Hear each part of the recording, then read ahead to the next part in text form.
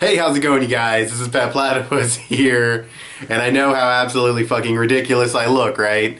I'm recording this video on Halloween. It's probably gonna go up the next day, but it's cool, whatever. Got my costume. This is a Jake t-shirt on the fucking pillow, and this isn't the right shade of blue, but it's the only blue shirt I had, like, near me at the time, so yeah.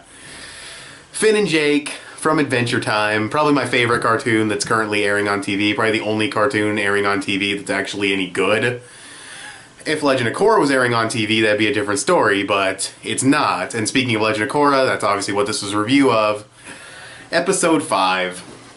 So, I have to unvelcro this, it's like strangling my neck, but Episode 5 of The Legend of Korra, the Nazi...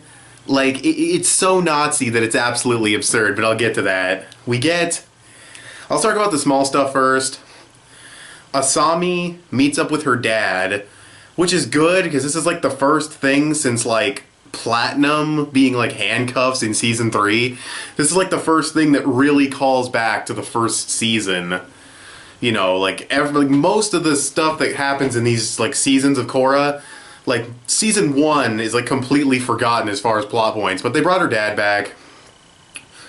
He looks like a total wreck. He looks way older than he was before, lost a lot of weight. So yeah, she hates him, but she doesn't really. She just wanted to hurt his feelings, and there's nice little, you know, development for her character, but this part almost feels like an afterthought because it just seems like everything else in the episode is so much more important and so much more grand, and then you have her talking to him and stuff. It's probably leading up to something, though, so we'll just have to wait and see. But it was good material, and it was good development for her character.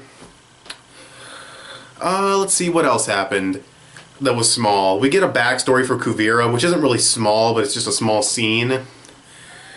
We see her, you know, basically what they're saying is, yo, Sue, you should take over the fucking Earth Kingdom, you're a good leader. And she's like, no.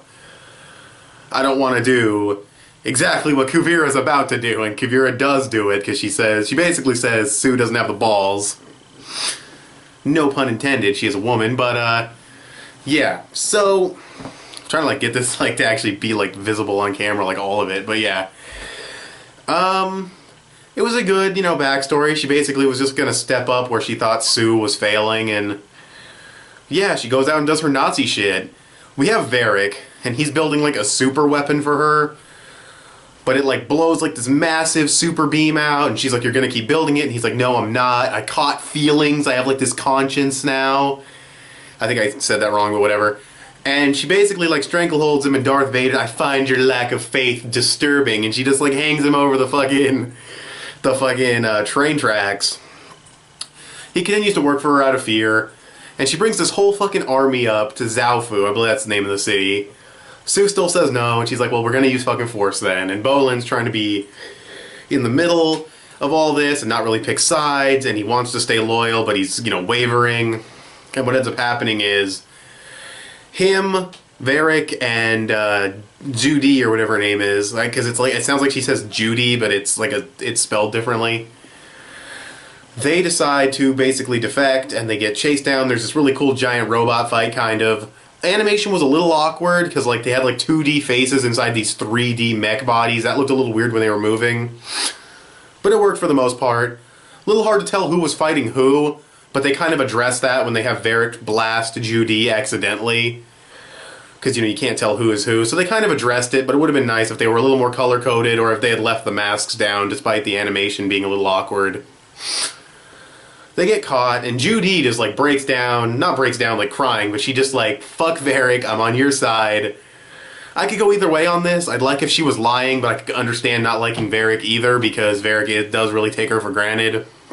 So, yeah, there was a really funny romantic joke early on in the episode where she lands on him after he saves her, and he, like, puts his hands on her face, and then she's like, you have to clean this up, and he, like, turns her head. That was funny. What else happened in this episode? Korra comes to Zaofu, and she's just trying not to fight, which is good. Light? Okay, sorry about that. My lighting is trying to be an asshole. On Halloween, god damn it. But yeah. Korra doesn't want to fight, which is good. It shows character development.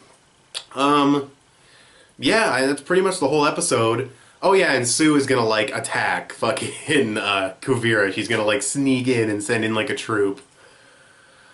So, yeah, that's pretty much everything that happened in the episode, and it was, pretty good. It had good setup, it had a really good cliffhanger, I liked the development with Asami and her dad. We didn't get Mako in that one, king character, he was supposed to be king. I don't hate their part of the story, but it's the least interesting for me, so having it not be here is okay with me. Varric is funny as always. Judy actually has more of a character now, which is pretty good. She's also a badass fighter, but that was hinted at in Season 2, so that's fine. And, yeah, it was nice to see something finally call back to Season 1, because it feels so disconnected at this point. But, yeah, overall, I actually thought it was a very strong episode. I'd give it like an 8.5 out of 10. I thought it was great. Good comedy here and there. Pretty much going to be all-out war at this point, because obviously Sue's going to fail to take down Kuvira. And having Bolin finally, you know, wise up, and he's going to go to a re-education camp. Nazi, yo, Nazi, whichever arm it is, dude, Nazis for days. Like, this is crazy. She's so damn Nazi, it hurts, but whatever, I like it, I dig it, it's cool. And she, like, does that stranglehold on... I already talked about that, but just, she's an awesome villain so far, I really like her. You can tell what she's saying is, like, bullshit, but, like, it always sounds like whenever she says, like, oh no, the army is just to show we have strength, it's like, you really believe what you're saying, but it is total bullshit. Like, it's really cool how she is truly, like, invested in everything she says. It's not all like a bluff. She's like, yeah, this is how it's going down. But yeah, I thought it had a fair amount of progression. I thought it had good character development for Asami, who has been kind of sidelined this season so far. And yeah, animation great as always. So, 8.5 out of 10. Thanks for watching this video. Happy Halloween, even though this is going up a day late. Tell me what you guys thought of this episode of The Legend of Korra in the comments below, and I will talk to you guys later. Bye.